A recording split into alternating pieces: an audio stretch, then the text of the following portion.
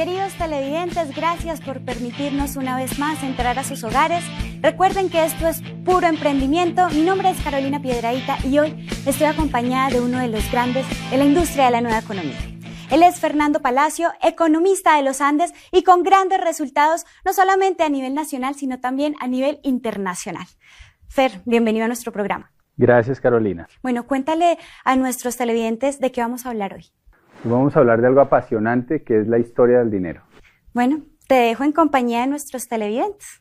Muchas gracias. Bueno, señores, qué alegría estar con ustedes en este espacio que tenemos en Puro Emprendimiento. Hoy vamos a hablar de un tema muy apasionante, un poco desconcertante. Es probable que algunos de ustedes no duerman bien después de escuchar la información que vamos a presentarles. Y lo más importante, creo yo, es crear conciencia sobre el mundo en el que vivimos, las reglas del juego y lo que está pasando. En este momento, en la actualidad, tenemos el dólar subiendo y el petróleo bajando. Y la pregunta que yo le hago es, ¿realmente usted sabe por qué? ¿Sabe por qué ocurren esos ciclos dentro de la economía? Esto es como quedó el mundo después de la crisis del año 2008. Los países que están en rojo son países que entraron en desaceleración, decrecimiento económico, recesión económica, y como usted se da cuenta, pues son la mayoría de los países del planeta. Y la verdad es que la mayoría de la gente no entiende por qué pasó eso.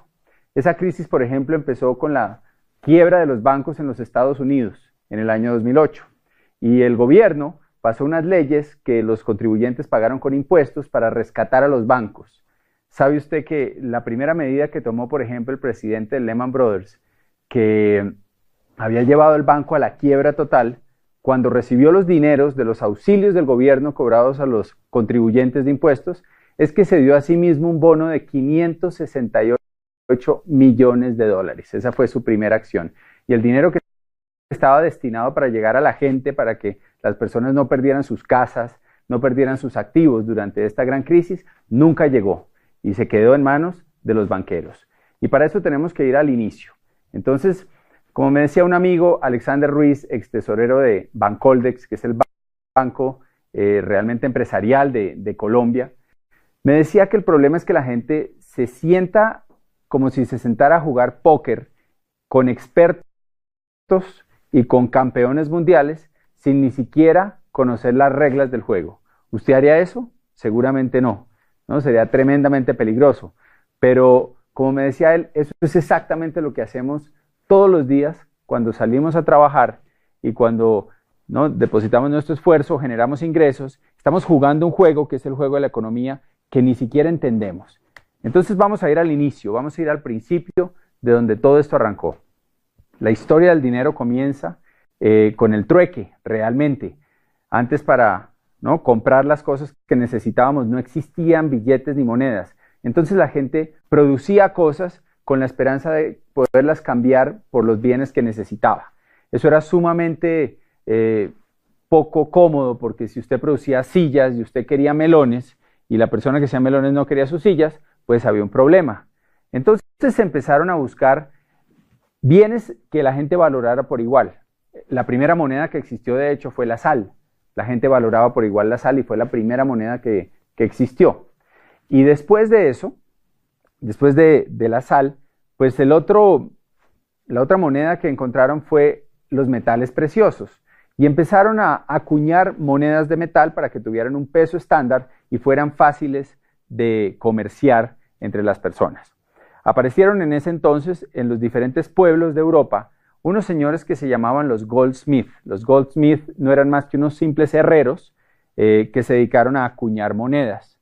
No eran gente poderosa, eran gente pobre, que básicamente, o gente humilde, que básicamente fundía metales y los convertía en monedas.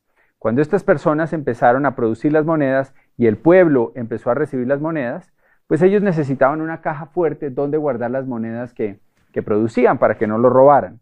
Y lo que pasó es que los otros habitantes del pueblo fueron donde él y le pidieron que les guardara sus monedas en su caja fuerte y que les guardara su oro.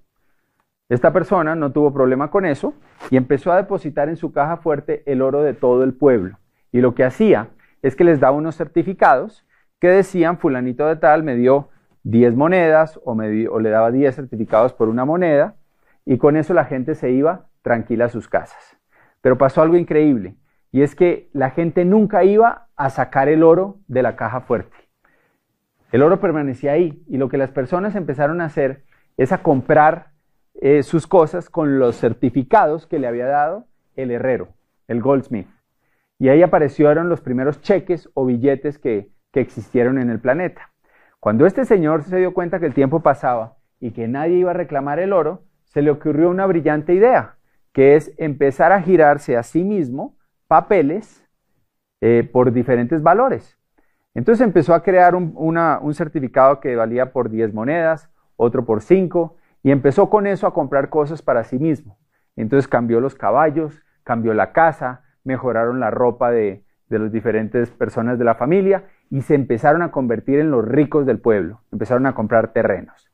Claro, el pueblo, sabiendo de dónde venían los goldsmith, ¿no? Y que eran simples herreros, pues lo que hicieron fue que se asustaron y dijeron: ¿a qué hora esta persona se ha vuelto semejante millonario? Y entonces se pusieron de acuerdo y fueron todos juntos a retirar el dinero de la bóveda del goldsmith. ¿Qué pasó? Pues obviamente había más papeles que oro, había más papeles que monedas. Y entonces se dieron cuenta de la estafa tan tremenda de la que habían sido víctimas.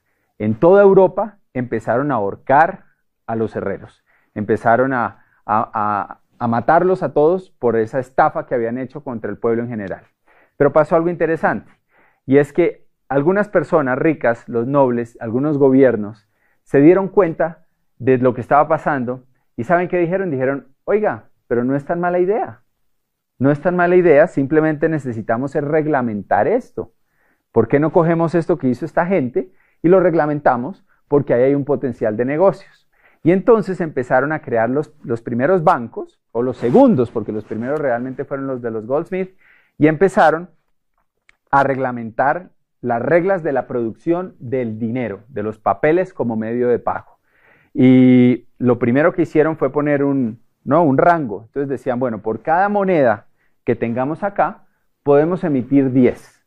El 10% se debía mantener como reserva. Esto era sumamente conveniente para los bancos porque cobraban intereses no sobre lo que tenían en reserva, sino sobre el total de los 10 que estaban prestando. Y bajo esa ley tan sencilla es que hoy funcionan los bancos de todo el mundo prácticamente. Usted cuando pide un crédito, en ese momento los banqueros entran a su Excel, hoy en día ya ni siquiera es papel, y lo que hacen es que depositan en su cuenta con un computador el dinero que usted haya pedido. $10,000, 20 millones de pesos, lo que sea. Usted quiere comprar un carro y entonces usted pide un crédito por ese valor. Y en ese momento entran y crean ese dinero. Lo único que tienen que tener es un poco de dinero de reserva para poderlo crear. Hoy en día además las proporciones del fraccionamiento del dinero, que es como se llama todo esto, han bajado. Y en algunos casos y países llega simplemente a un 2% como reserva para lo que se presta al público. Entonces, imagínese ese negocio. Usted monta con un amigo un banco. Entre los dos ponen $1,000. Pueden prestar por lo menos 10,000. Y adivinen sobre qué valor le pagan a usted intereses. Pues sobre los 10,000 que usted acaba de crear. Y es por eso que los bancos siempre son los edificios más bonitos y siempre son realmente los que dan ganancias, pase lo que pase con la economía. Los bancos siempre ganan. Y lo otro que es interesante de todo este tema es que el dinero vuelve al banco. Si usted pide un crédito por 30 millones de pesos para comprar un carro, usted va y compra el carro, pero adivine qué hace la persona que recibe ese dinero de usted, la que le vendió el carro. Pues coge ese dinero y viene y lo deposita al banco. Y ahora eso se vuelve una reserva para el banco. O sea que ahora puede generar créditos por 300 millones de pesos. Y esto se vuelve un ciclo que nunca para. Y el resultado de eso es que cada vez hay más dinero, más dinero, más dinero en la economía. Y lo que eso nos ocasiona a todos se llama inflación. No sé si usted se ha puesto a pensar, pero piense cuánto podía costar una caja de leche en 1975. Tal vez centavos. ¿Cuánto vale hoy en día una caja de leche? Cientos de veces eso. Y mi pregunta es ¿por qué? ¿Acaso la leche se volvió más costosa de producir? ¿Hay menos vacas? ¿Acaso el proceso, ¿no? Generó más, ¿no?, más mano de obra? Y la respuesta obviamente es que no. Cada vez es más fácil y más barato producir leche. Sin embargo, el precio sigue aumentando a medidas exorbitantes. Y eso se llama inflación y eso es un costo para todos nosotros. Lo otro que esto genera son impuestos, porque para poder pagar los distintos proyectos que generan el gobierno y sobre todo para poder pagar la deuda que los gobiernos hoy en día están generando debido a que están en crisis, pues lo que están haciendo es que se están endeudando. Los gobiernos están pidiendo créditos a los bancos centrales y deben pagar intereses altísimos sobre esos créditos, sobre grandes sumas de dinero, y eso siempre resulta en mayores impuestos para la población. Una persona que tenía una propiedad hace unos años, esa propiedad tenía un valor, vamos a decir que costaba en los años 90, un apartamento podía costar 40 millones de pesos. Ese mismo apartamento hoy puede costar 200 o 250 millones. Y como los impuestos funcionan por tablas, en teoría la gente es más rica y paga más impuestos, porque cada vez tiene más dinero, pero es pura inflación. Realmente lo que tiene es el mismo apartamento, solo que está más viejo que el que tenía en los años 90. Entonces la inflación y los impuestos son algo muy importante y es la forma en que los pueblos realmente se empobrecen en el largo plazo. Este tema de los bancos viene de toda la historia y hay algo que es todavía mucho más crítico, que es cómo fueron creados inicialmente los bancos centrales, que son los que manejan las reservas, que manejan todos los otros bancos, y los que manejan las emisiones de los billetes a nivel mundial. El primer banco central que existió fue en Inglaterra, se llamaba el Bank of England. Le pusieron ese nombre porque querían que el pueblo de Inglaterra pensara que era un banco realmente del pueblo, que era de ellos, que era un banco popular del gobierno. Pero la realidad es que no fue así. Era un banco de algunas pocas familias y era un banco privado. El primer banco central que existió para emitir billetes era un banco totalmente privado. Y lo que pasó es que cuando llegaron los ingleses a Estados Unidos, establecieron exactamente el mismo sistema. Las mismas familias europeas, multimillonarias, dueñas del Banco Central de Inglaterra, montaron o insistieron durante el tiempo en montar el Banco de la Reserva Federal de los Estados Unidos. Y ahí hay algo muy importante para todo el mundo. Nos afecta de una medida gigantesca ese simple hecho. Y se los voy a explicar con un poquito de historia. Anteriormente, como les contaba, los bancos tenían una reserva. Eran algo valioso, el oro, la plata. Con el tiempo, eso cambió. Después de la Segunda Guerra Mundial, necesitaban reconstruir Europa y se creó una reunión que se llamaba el Acuerdo de Bretton Woods, y en este acuerdo los países europeos acordaron eliminar el patrón oro, empezar a producir billetes. Y el acuerdo se basaba en que iban a seguir regidos por el dólar americano, el dólar de los Estados Unidos. ¿Por qué? Porque ese dólar todavía mantenía el patrón oro. Entonces, de cierta forma, seguían ligadas a algo real, a algo valioso. Eso fue un convenio que Estados Unidos aceptó, y aceptó volverse la moneda del planeta entero. Por eso hoy todo lo comparamos con dólares. Por eso hoy nos afecta tanto un alza del dólar como la que hemos tenido últimamente, y la gente pierde empleos y los importadores no les cambia el negocio y afecta el precio del petróleo. O sea, todo eso viene desde el acuerdo Bretton Woods en 1944. Pasó algo interesante. En 1971, Richard Nixon, presidente de los Estados Unidos, decide acabar con el patrón oro y dice: no, eso ya no es necesario. Rompe el acuerdo de Bretton Woods sin consultarle a nadie y decide que ahora el billete emitido por los diferentes bancos no va a estar respaldado por nada, simplemente va a ser papel, va a ser un pedazo de papel que la gente va a usar para cambiar. Anteriormente, si usted iba al banco con un billete, por ejemplo en Colombia decía pesos oro, pues a usted le daban una suma de oro por el valor de ese billete. Actualmente, el dinero es deuda, se crea cuando alguien pide una deuda, no tiene ningún respaldo y su único valor es el que le dan los habitantes los ciudadanos de un país basado en el gobierno, en la credibilidad que tiene ese gobierno. Y todo eso es muy importante porque si analizamos el tema, todas las economías del mundo están hoy atadas al dólar. Y lo más complicado del tema es que la Reserva Federal de los Estados Unidos no es ninguna reserva, ni tampoco es federal.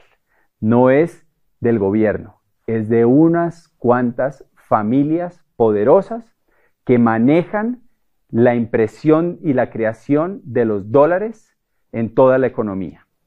¿Cómo le parece eso? Imagínese uno tener el monopolio, el poder absoluto sobre un bien que todo el mundo quiere y que todo el mundo necesita. Y usted ser el único autorizado para producirlo en el mundo entero. No suena muy ético, ¿cierto? O sea, claramente derivará en corrupción. Y es lo que ha pasado. Y al ser ellos los dueños de la moneda, lo que ha pasado a través de la historia es que, bueno, vamos un poquito atrás, desde 1913 se establece la Reserva Federal de los Estados Unidos y desde entonces ellos manejan, imprimen y crean la oferta monetaria. Eso es, cuánto dinero hay en el mercado.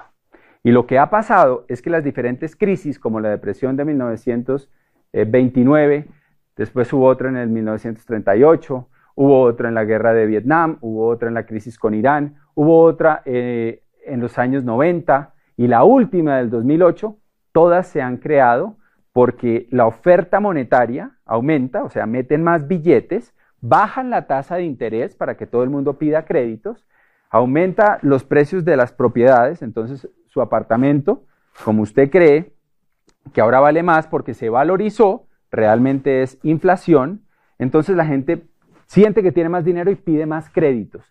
Y bajan la tasa de interés para que se inunde el mercado de dinero. Y lo que pasa es que unos años más tarde recogen esas deudas, dejan de hacer préstamos y suben la tasa de interés. El dato más importante en la economía mes a mes es si la Reserva Federal y quien esté de presidente ahorita anunció que el interés va a subir o va a bajar. Eso es lo que más impacta la economía a nivel global. Un cambio en un punto porcentual de la tasa de interés de la Reserva Federal puede causar que toda la inversión en un país como Colombia se vaya y se vaya a los Estados Unidos porque ahora es más rentable invertir allá. O llegue porque bajó la tasa de interés y ya no es rentable invertir allá y entonces el capital emigra a otros países donde va a rentar más dinero. Entonces, si usted analiza eso y usted se pone a pensar que realmente es una junta directiva de unos pocos los que deciden eso, pues tienen el poder absoluto sobre lo que pasa en la economía. Y las crisis mundiales se han creado porque expanden y recogen la moneda. Entonces, ¿qué sucede? Pues en un momento de expansión, la gente toma créditos, le hace remodelaciones a la casa, compra carros, empieza a comprar cosas que no necesita, cambia el televisor, cambia electrodomésticos, hace vacaciones, ¿no? Gasta dinero en vacaciones. Y en el momento en que la Fed sube la tasa de interés, recoge dinero, deja de pasar créditos, lo que pasa es que la gente pierde sus casas, entra en unas deudas que no puede pagar, ya no encuentra dinero que le presten y adivine qué pasa con los bancos. Terminan recogiendo por centavos todos esos activos que la gente compró durante el tiempo que tuvieron dinero. Entonces recogen carros, recogen propiedades, la gente, ¿no?, pierde sus casas y unos pocos ricos se hacen más ricos y los pobres se hacen más pobres. Estos son algunos presidentes que a través de la historia entendieron el juego de la Fed y se opusieron a él y tuvieron grandes batallas durante su vida en contra de ellos. El primero fue Andrew Jackson. Andrew Jackson luchó una batalla muy dura contra el poder central y él logró ganar esa batalla y logró que por unos 60 años los Estados Unidos no tuviera un banco central. Cuando le preguntaron en su lecho de muerte cuál había sido su logro más importante en la vida, él dijo, yo maté al banco. Él se enorgullecía profundamente de que le había ganado esa batalla al banco. Tuvo intentos de asesinato, se salvó varias veces de perder la vida y fue alguien pues, que entendió el problema y luchó por él. Y lo paró 60 años, pero esto es un problema recurrente. Y desde que se creó el Bank of England, que aparte piensen algo, ¿no? Bank of England porque querían que pensara el pueblo que era de Inglaterra. Banco de la Reserva Federal porque querían que los americanos pensaran que era federal y que era de los americanos. No sé si les suena a algún banco. ¿Cómo se llama su banco? Donde usted tiene su dinero. ¿Tiene algún nombre así? ¿El banco de algún país? ¿El banco de alguna ciudad? Le aseguro que es privado. Pero crean esa imagen para que tengamos confianza y simplemente les demos nuestro dinero pensando que las reglas que lo rigen son reglas aprobadas por todo. Este es otro presidente que muchos conocen, Abraham Lincoln. Abraham Lincoln ganó la guerra civil porque tomó la decisión de empezar a emitir billetes. Él, y esos billetes hizo una emisión muy controlada que apenas cubría lo que la gente necesitaba para hacer sus intercambios.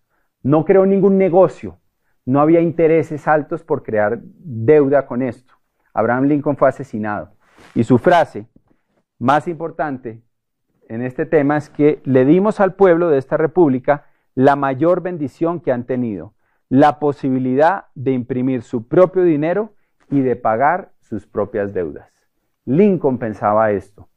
Este es otro que muchos no han oído, Jefferson.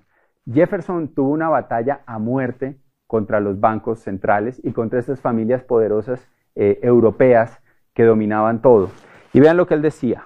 Creo que las instituciones bancarias son más peligrosas para la libertad que los ejércitos en armas. El poder de emitir dinero debe ser retirado de los bancos y regresado al pueblo a quien pertenece. Thomas Jefferson. Y pues que sí todos lo recordamos, John F. Kennedy. John F. Kennedy firmó un decreto que se llamaba la Orden Ejecutiva 1110, en la que volvía a establecer la plata, porque Estados Unidos era rico en plata, aún lo es, como la moneda para quitarle el poder a la Reserva Federal. Era una de las misiones que él tenía y también fue asesinado. Y su frase fue: un día después de que me haya ido, me recordarán y dirán, debimos haber abolido la Reserva Federal.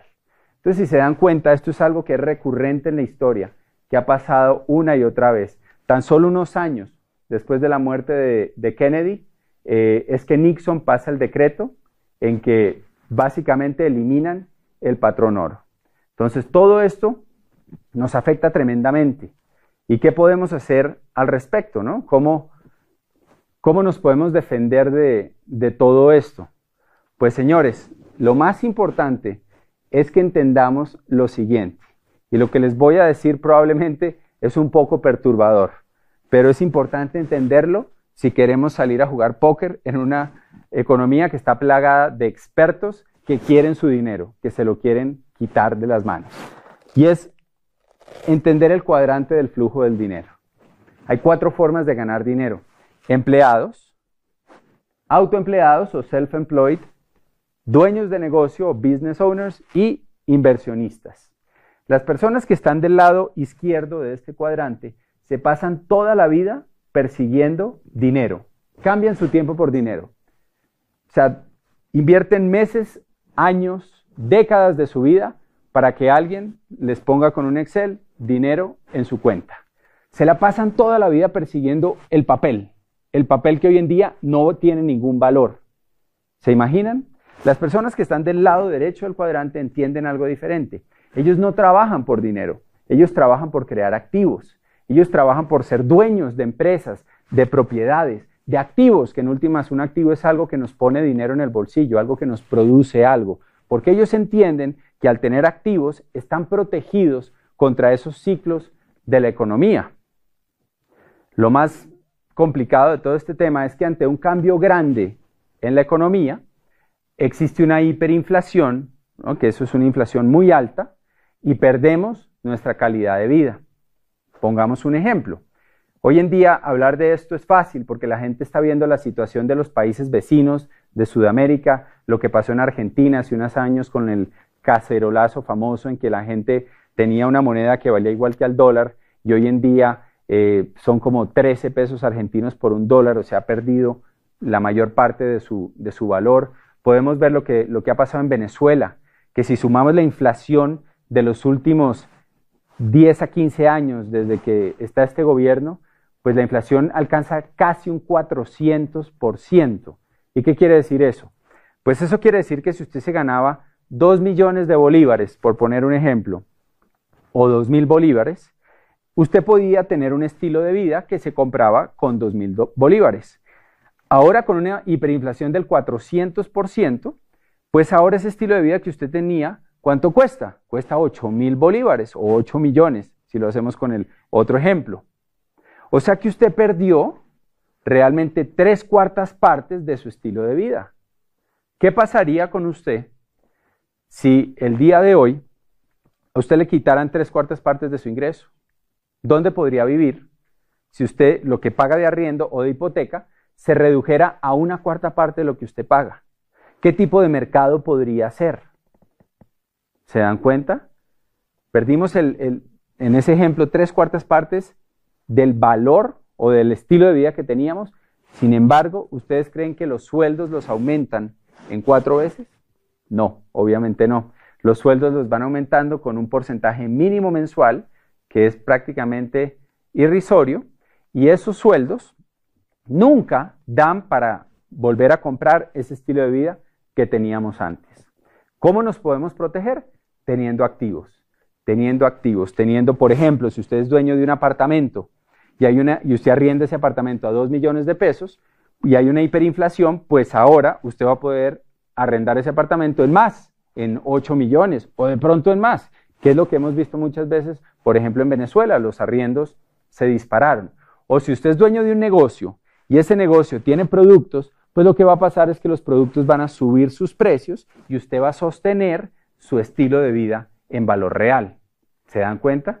Por eso es que vemos aún hoy que en Venezuela nuestro negocio y nuestra compañía siguen calificando personas a niveles altísimos. El mes pasado hubo un nuevo diamante y permanentemente hay crecimiento. Es más, los productos que hay en Venezuela se los llevan rapidísimo porque todo el mundo necesita productos de consumo masivo. Entonces ahí está la lección más importante y realmente de lo que se trata hoy. Porque yo no creo que se trate de, no tenemos ningún poder para ir a derrocar a la Reserva Federal de los Estados Unidos. Ninguna marcha va a lograr eso. Esto es una guerra, tal vez la guerra más antigua de la humanidad, que es quién controla el dinero. No es por ahí. Más bien, eduquemos a la gente para que la gente se proteja. Y en vez de salir a perseguir un papel que en cualquier momento puede no valer nada, enseñemos y eduquemos a la gente a salir a trabajar por crear un activo, porque sean dueños de algo que los proteja ante estas situaciones. Entonces ya para terminar, yo les voy a mostrar algunas imágenes que son impactantes, pero que debemos ver para crear conciencia. Esto se llama la República Weimar. La República Weimar es Alemania después de la Primera Guerra Mundial. Hubo una hiperinflación tan grande que pasaban cosas como estas. Esto es una persona en su casa acumulando la cantidad de billetes que tenía. ¿Era muy rico? No, era pobre, pero los billetes no valían nada, habían perdido todo su valor por un cambio en la economía, por una crisis. Esto es un señor empapelando la pared de su casa con billetes. ¿Por qué? Porque era más barato empapelar con billetes que salir a comprar papel para empapelar. Estos son niños construyendo castillos en la República Weimar con fajos de billete. Esto es un señor que iba a hacer mercado. Y estos son billetes de esa era. Y ustedes van a ver ahí un billete de 100 billones de marcos. Y ahí hay otro de 500 millones de marcos. Y eso no alcanzaba para comprar una bolsa de leche. ¿Se dan cuenta lo que estamos diciendo? Y tal vez la más impactante, que es esta. Un señor barriendo billetes en la calle, como si fuera basura. ¿Por qué? Porque se convirtió en basura. Usted se imagina lo triste que es uno trabajar toda su vida persiguiendo un papel, ¿no? Persiguiendo billetes, que es lo que la mayoría de la gente hace. El 96% de la población trabaja por ganar dinero. Y que en un momento dado, todo ese trabajo que usted hizo toda su vida se convierta en basura. Y señores, de eso se trata, de crear conciencia. Estamos viviendo un mundo donde las reglas del dinero son muy complicadas, no son tan difíciles de entender en cuanto a lo que necesitamos para, ¿no?, progresar y para realmente asegurar nuestra economía. Básicamente, usted necesita crear su propio activo. Y no existen muchas opciones allá afuera para hacerlo. Por eso lo están invitando a que construya este negocio. Porque si usted construye este negocio, usted va a ser dueño de algo, de un activo, en el cual además no se puede quebrar por la forma en que funciona este negocio, pero usted puede construir algo que el día de mañana no solo le dé seguridad económica, sino que le dé libertad y prosperidad. Así que los invitamos a ponerle mucha atención a la gente que lo está ayudando. Obviamente el negocio tiene un fondo que tal vez usted con este corto video ha descubierto, pero aquí hay algo que es difícil conseguir allá afuera, que es la seguridad de su familia y la libertad de los que lo rodean. Fue un placer estar con ustedes y nos vemos en la próxima de Puro Emprendimiento.